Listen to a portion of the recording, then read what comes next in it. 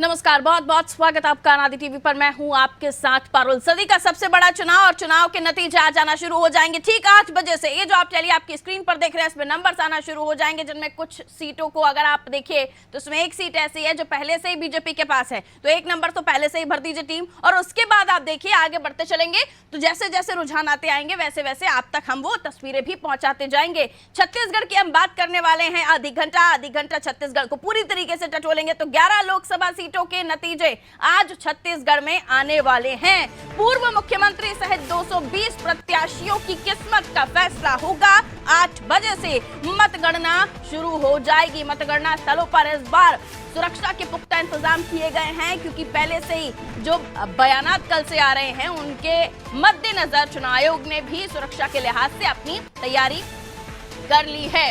Force अमूमन नहीं होती है मतगणना के दिनों में, लेकिन इस बार सीआरपीएफ को रोका गया है, क्योंकि बयान जो कल से निकलकर सामने आ रहे हैं इंडिया अलायंस के नेताओं की तरफ से, उसको देखते हुए भांपते हुए ये कहा जा रहा है कि चुनाव आयोग ने भी फोर्स को जाने नहीं दिया है। और छत्तीसगढ़ की हम बात करें तो तमाम सीटें हैं छत्तीसगढ़ की जो इन पर नजर है, और जैसे जैसे रुझान आना शुरू होंगे छत्तीसगढ़ के, देखिए दुर्ग पर भी नजर है, कोरबा को लेकर भी बात की जा रही है। और अब ये भी माना जा रहा है कि कई जगहों पर जो है फाइट जो है कांटे की दिखी, लेकिन जो सर्वेज आए या फिर जो एग्जिट पोल्स आए उसमें क्लीन स्वीप मांगा बीजेपी ने। और सर्वे की बात करें तो क्लीन स्वीप छत्तीसगढ़ में बीजेपी ने किया, लेकिन कुछ सर्वेज ने 1 या 2 सीटें छत्तीसगढ़ में दी हैं। कुलभूषण हमारे सहयोगी हमारे साथ बने हुए हैं, उनसे और भी हम जानने की कोशिश करेंगे कि अभी आज जो तैयारियां हैं चुनाव आयोग की मतगणना स्थलों पर लेकर, उसको लेकर क्या बताएंगे दर्शकों को, और क्या अनुमान लगाए कितने बजे से जो है रुझान आना शुरू हो जाएंगे। और माना तो जाता है लगभग हर बार की काउंटिंग में कि 2-2:30 बजे तक पिक्चर लगभग साफ होना शुरू हो जाती है। तो ये इस बार भी हम देखें, क्योंकि सुरक्षा के लिहाज से और क्योंकि इस बार बार बार विपक्ष के जो सवाल है उसके लिहाज से भी निष्पक्षता के साथ चुनाव आयोग खुद चाहता है कि आइए देख लीजिए कैसे काउंटिंग हो रही है, क्या हो रहा है, पूरी निष्पक्षता। कुलभूषण जी बिल्कुल। मैं बता दूं परुल की 8 बजे आज सुबह 8 बजे से ही मतगणना शुरू हो जानी है। मतगणना के लिए पूरी तैयारी वहां पर की गई थी। कल भी निर्वाचन आयोग द्वारा जो प्रेस कॉन्फ्रेंस ली गई थी उसमें पूरी तरह से जानकारी दी गई थी कि हम पूरी तरह तैयार हैं। कितनी टेबलें वहां पे लगाई जाएंगी, किस तरह की व्यवस्था होगी, सिक्योरिटी की क्या व्यवस्था होगी, क्योंकि दोनों ही पार्टियां हैं, दोनों ही पार्टियां बड़े दावे कर रहे थे और दोनों ही तरफ से जो हालात है वो, चूंकि जैसे जैसे रुझान आने जाते हैं तो जो कार्यकर्ता होते हैं वो उत्साहित होते जाते हैं, और वो उस बीच में ये होता है कि कई माहौल भी कई बार खराब होता है। तो इसको लेके सुरक्षा की जो व्यवस्था थी उसको और टाइट करने की कल बात की गई थी।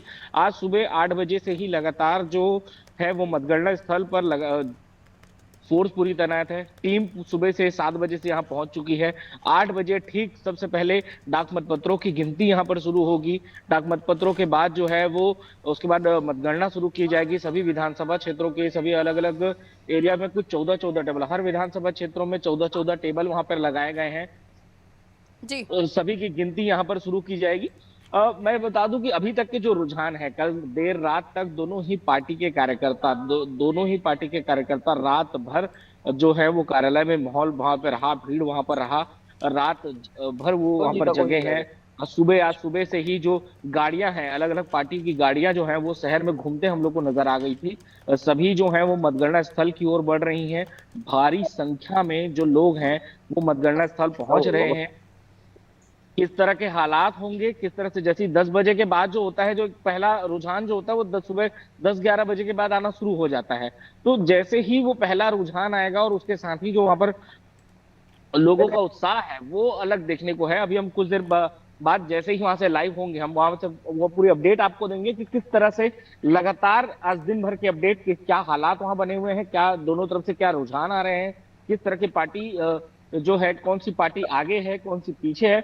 ये है कि आज सुबह 11 बजे तक लगभग ये साफ हो जाना है कि किसने पहली बढ़त और कौन इसमें आगे लीड करने वाला है। बिल्कुल, तो अलग अलग जगहों से जो है तस्वीरें आती रहेंगी और हम अपने दर्शकों को बताते रहेंगे। नजर भी आप बनाए रखिएगा कुलभूषण। लेकिन जिस तरीके से लगातार ये कहा जा रहा है कि दुर्ग पर सबकी नजर है, तो दुर्ग क्या बीजेपी का दुर्ग बनेगा, ये सवाल भी है। और इसी के साथ सवाल ये भी कि जिस तरह की तैयारियां छत्तीसगढ़ में चली चुनाव को लेकर, ये माना जा रहा था कि छत्तीसगढ़ में भूपेश बघेल के कामों को शायद लोकसभा में कांग्रेस को वोट करने की वजह वोटर्स को मिलेगी। तो क्या तमाम वो मुद्दे जिन पर वोट कास्ट हुए और आज जो तस्वीर निकली उससे, क्योंकि जब ग्राउंड पर आप लोग थे, आप लोगों ने मतदाताओं से जब बात की थी, उसके लिहाज से फिर बाद में एग्जिट पोल भी आए, तो क्या माना जाए कौन से एग्जिट पोल की तरफ हम समझे कि स्थितियां सटीक बैठेंगी? हालांकि ये कहना बहुत जल्दी होगा, लेकिन जैसे जैसे आप टाइम बढ़ता जाएगा, एक आंकलन मैं आप लोगों से चाह रही हूँ। जगदलपुर से हमारे सहयोगी जुड़ गए, राजनांदगांव से हमारे सहयोगी शशांक जुड़े हुए हैं, जगदलपुर से हमारे सहयोगी रवेश जुड़े हुए हैं। रवेश, क्या बताएंगे चुनाव आयोग की क्या तैयारियां, और जिस तरीके से अनुमान आना थोड़ी देर में शुरू हो जाएंगे, रुझान आना शुरू हो जाएंगे, वो भी हम दिखाएंगे, लेकिन किस तरह की सुरक्षा है और किस तरह की तैयारियां आज मतगणना स्थलों पर?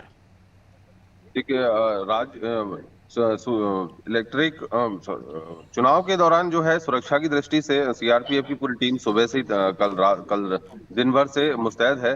वहीं पे देखने वाली बात होगी कि बस्तर में कुल 11 प्रत्याशियों ने यहाँ पर अपना भाग्य आजमाया है।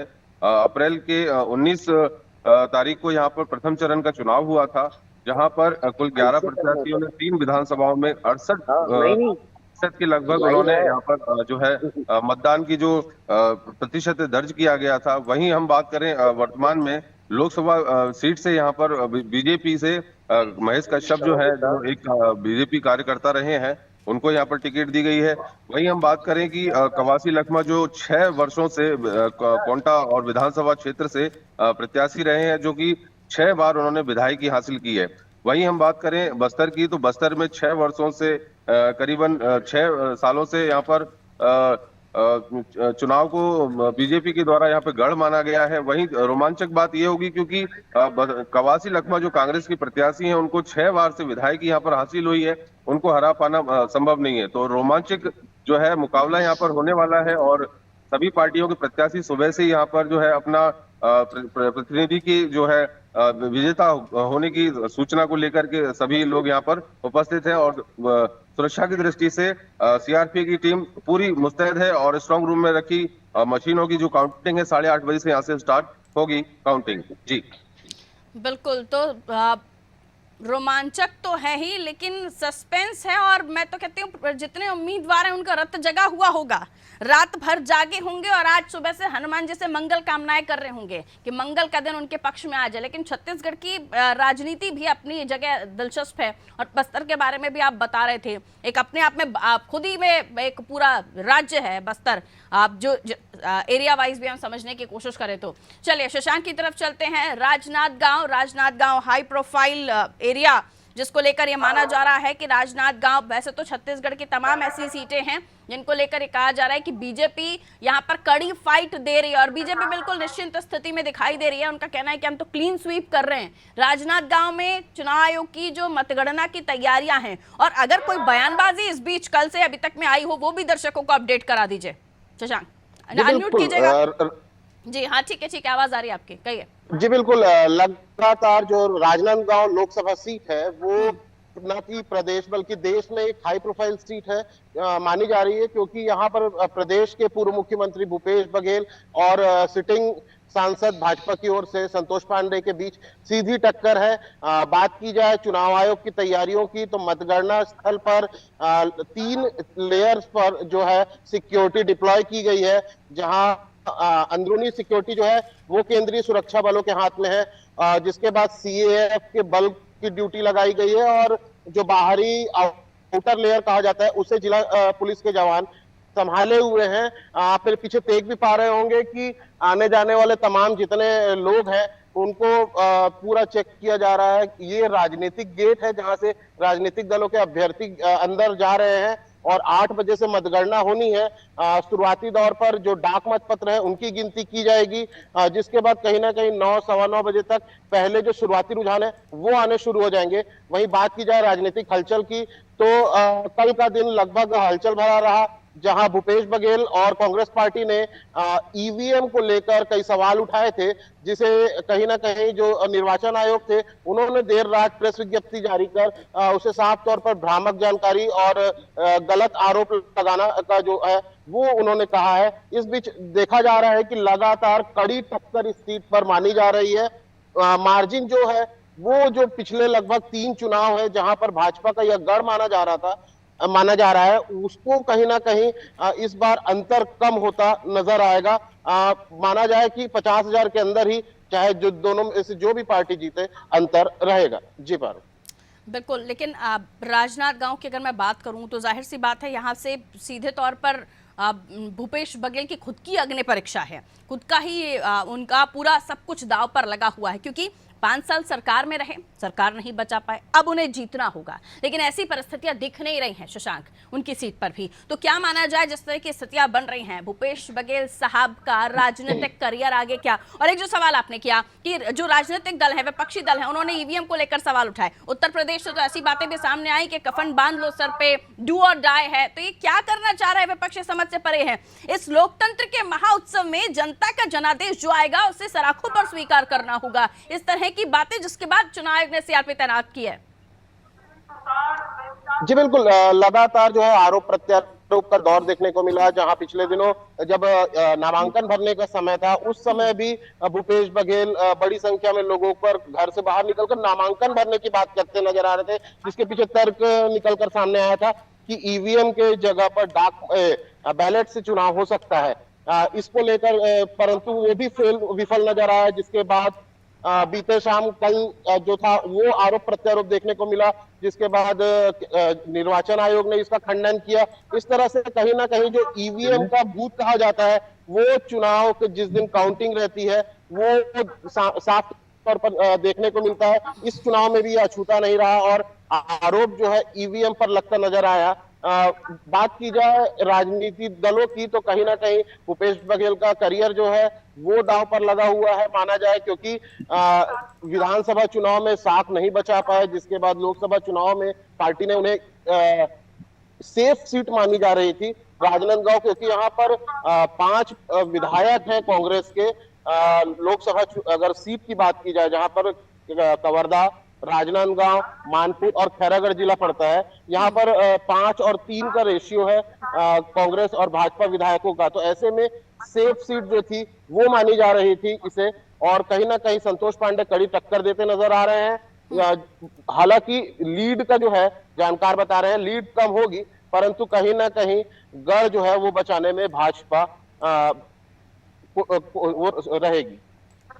बिल्कुल, तो स्पष्ट है कि जो नतीजे आएंगे वो काफ़ी एक्साइटेड कर रहे हैं, न केवल बीजेपी को बल्कि हमें भी देखना होगा, क्योंकि पूरा चुनाव एक जो लंबा चुनाव हमने देखा, ये सदी का सबसे बड़ा चुनाव ऐसे कहा जा रहा है।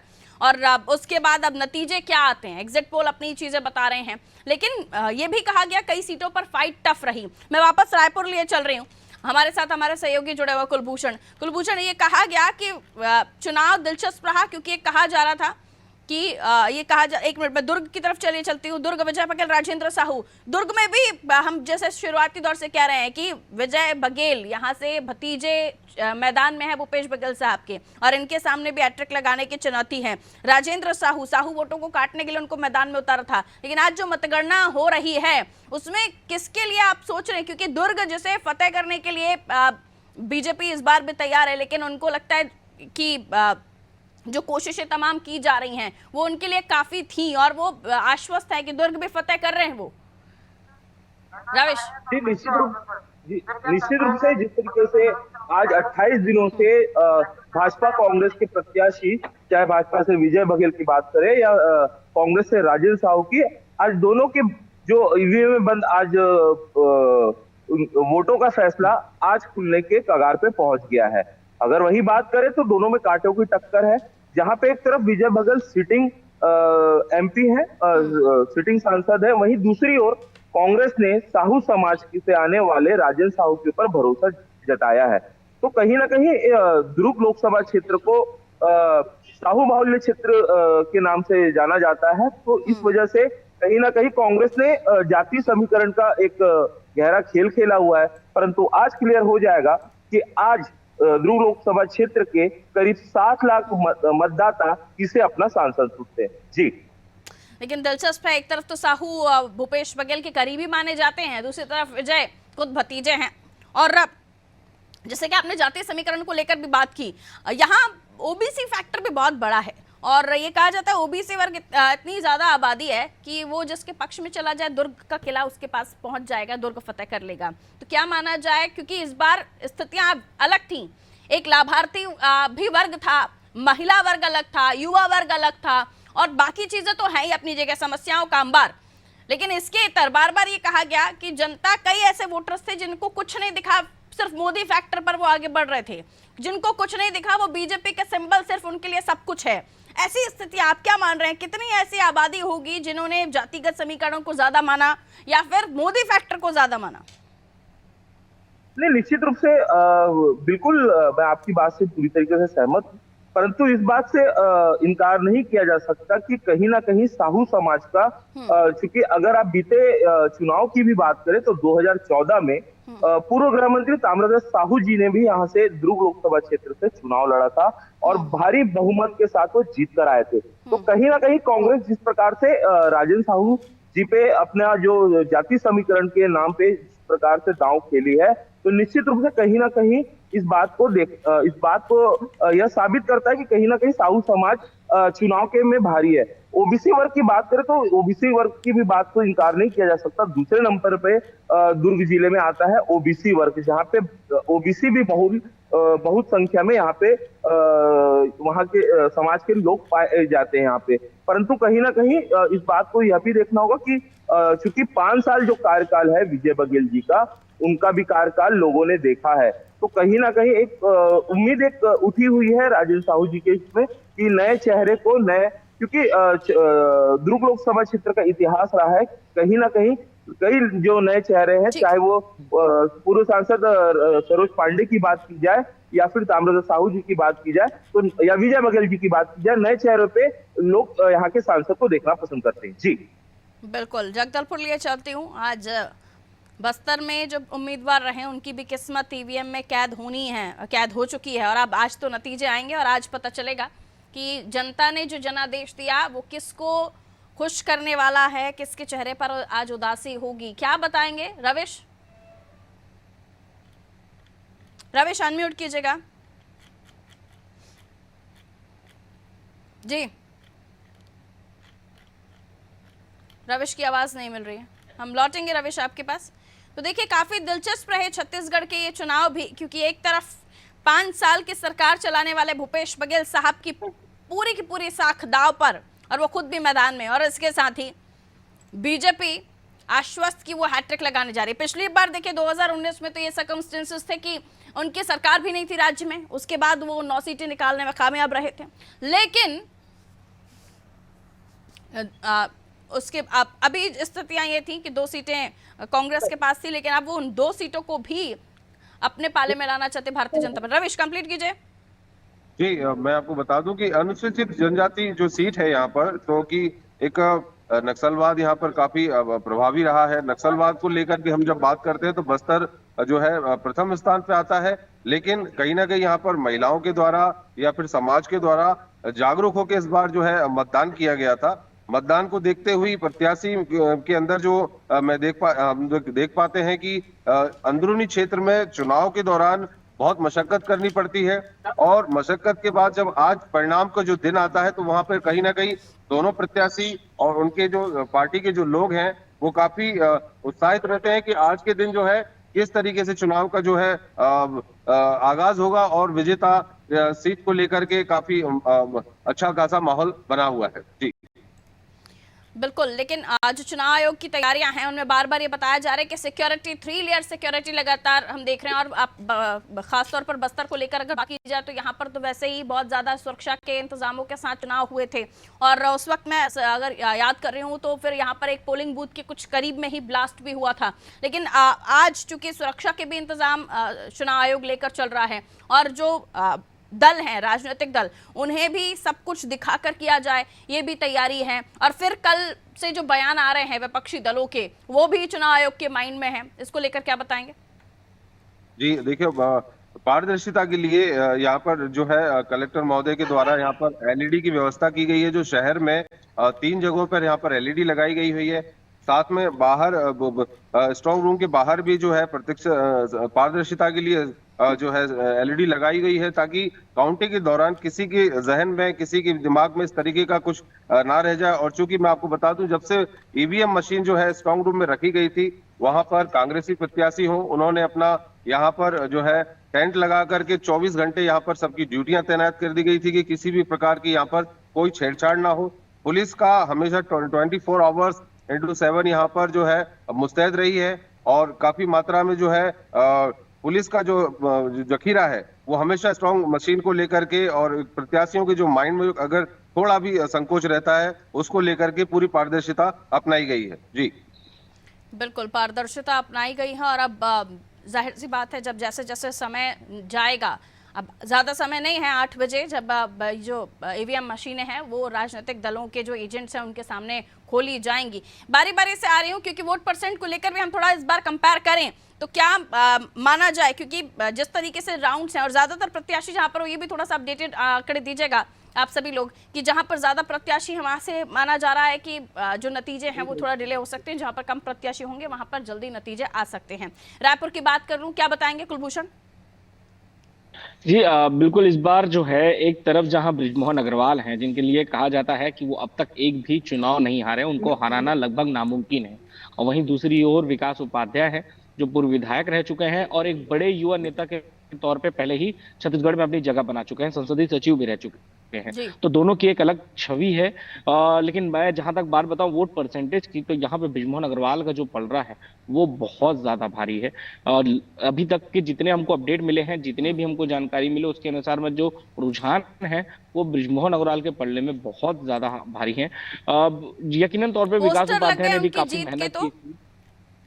अग्रिम बधाई के पोस्टर 4 दिन पहले से बृजमोहन अग्रवाल के वहां पर पूरे शहर भर में लगाए गए थे।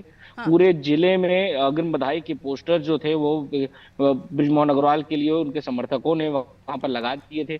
ठीक, ये एक तरह से थोड़ा डिमोटिवेट भी था, लेकिन विकास उपाध्याय ने भी इसके लिए पूरा जवाब दिया था। नहीं, आप भी बता रहे हैं कि पलड़ा उनका भारी, और वो ऐसे नेता है कि अब तक लड़े से कोई चुनाव हारे नहीं, तो इसलिए वो हो सकता है आश्वस्त भी हो, और एग्जिट पोल भी उनकी खुशी दिखाते हुए नजर आ रहे हैं। लेकिन नतीजे क्या कहेंगे, तस्वीरें हम दिखाएंगे, धीरे धीरे अब तस्वीरें आना शुरू हो जाएंगी। 8 बजे से काउंटिंग शुरू हो जाएगी। बहुत शुक्रिया आप सभी का। नजर बनाए रखिए अपने क्षेत्र में।